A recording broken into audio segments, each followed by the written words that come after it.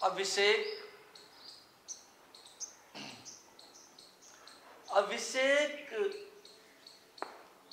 गुरु द्वारा शिष्य पर की जाने वाली एक विशिष्ट अनुकंपा है। कैसी अनुकंपा? जो शिष्य के जीवन को पूर्ण परिवर्तित कर देती है। कैसे करती है? वो अभिषेक के शब्द के अर्थ में निहित है। अभिषेक 4 अक्षरों से मिलकर के बना है। अभिषेक। आ का अर्थ है अहम भाव। अभिषेक वो क्रिया है जिससे गुरु शिष्य के अहम भाव को समाप्त कर देता है। भी का अर्थ है भय। साधक के मन में व्याप्त भय को अभिषेक क्रिया जो है समाप्त कर देती है। और ये चीजें आ और भी रिलेटेड है समाप्त करने से और का रिलेटेड है प्राप्त करने से। मन को सिंचित कर देना सी है। मन को सिंचित कर देते, बहुत प्रोत हो जाता है मन आपको आनंद से। जब अभिषेक की क्रिया गुरु शिष्य में संपन्न करता है तो एक विशिष्ट आनंद का उन्माद उत्पन्न होता है। और उस आनंद से क्या होता है? कंपन व्याप्त हो जाता है। कंपादि का अनुभव, कंपन का अनुभव आप करने लगते हैं। इवन जब हम छोटा शक्तिपात करते हैं तो भी आपने देखा होगा आपके रोम खड़े हो जाते हैं।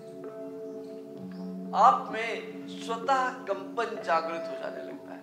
मन में एक विशिष्ट शांति का अनुभव होने लगता है। और अभिषेक से इन्हीं 4 क्रियाओं का समावेश हमारे अंदर होता है। अहम भाव नष्ट हो जाता है, भय का विनाश होता है और आनंद की सिंचन की क्रिया हमारे अंदर होती है। और जिसे हम एक अद्भुत कंपादि के रूप में, एक अद्भुत कंपन के रूप में अभिषेक के वक्त या अभिषेक के तुरंत बाद महसूस कर पाते हैं। ये अभिषेक समस्त नदियों और सागर के जल से, आम्र पल्लव से, समस्त नदियों और सागर के जलों को आमंत्रित किया जाता है। गंगे च जमुने च गोदावरी सरस्वती नर्मदे सिंधु कावेरी जले अस्मिन् सन्निधिं। इस प्रकार से और विशिष्ट मंत्रों के उच्चारण से, विशिष्ट मंत्रों के उच्चारण से आम्र पल्लव के द्वारा गुरु या योग्य ब्राह्मण या गुरु के यहाँ रहने वाली एक विशिष्ट वरिष्ठ शिष्य साधकों के ऊपर इस क्रिया को संपन्न करता है। इस क्रिया को संपन्न करने के लिए विशिष्ट मंत्रों का उपयोग करना होता है और उन विशिष्ट मंत्रों के माध्यम से आपका जीवन, साधक का जीवन पूर्ण रूप से परिवर्तित हो जाता है। उसके अंदर का अहम भाव समाप्त होने लगता है। उसके अंदर का भय, और भय केवल भय ही नहीं, भय से उत्पन्न होने वाले अन्य भावनाएं भी। कौन कौन सी भावनाएं? भय, लज्जा, घृणा, क्रोध और माया रूपी प्रेम। ये जो भावनाएं हैं ये समाप्त होने लगती हैं और आप आनंद, आनंद में क्यों कह रहा हूं, खुशी क्यों नहीं कह रहा हूं? क्योंकि आनंद को अंग्रेजी में ब्लिस कहते हैं। आनंद का विरोधाभास नहीं है। विपरीत जो विलोम शब्द आप पढ़ते हैं तो खुशी का विलोम है, क्या है? गम।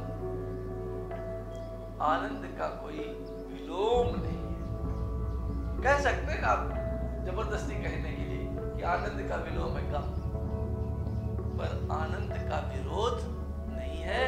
इसीलिए जो आनंद की क्रिया है जब वो प्राप्त हो जाती है तो किसी तुलनात्मक अध्ययन की आवश्यकता नहीं होती। सुख है क्योंकि दुख है, दुख से सुख की तुलना की जाती है, सुख से दुख की तुलना की जाती है। क्यों?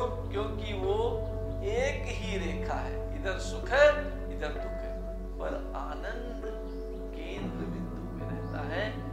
वो उसका कोई विरोधी नहीं है, उसका विलोम शब्द नहीं। इस प्रकार के आनंद की प्राप्ति हमें अभिषेक के माध्यम से प्राप्त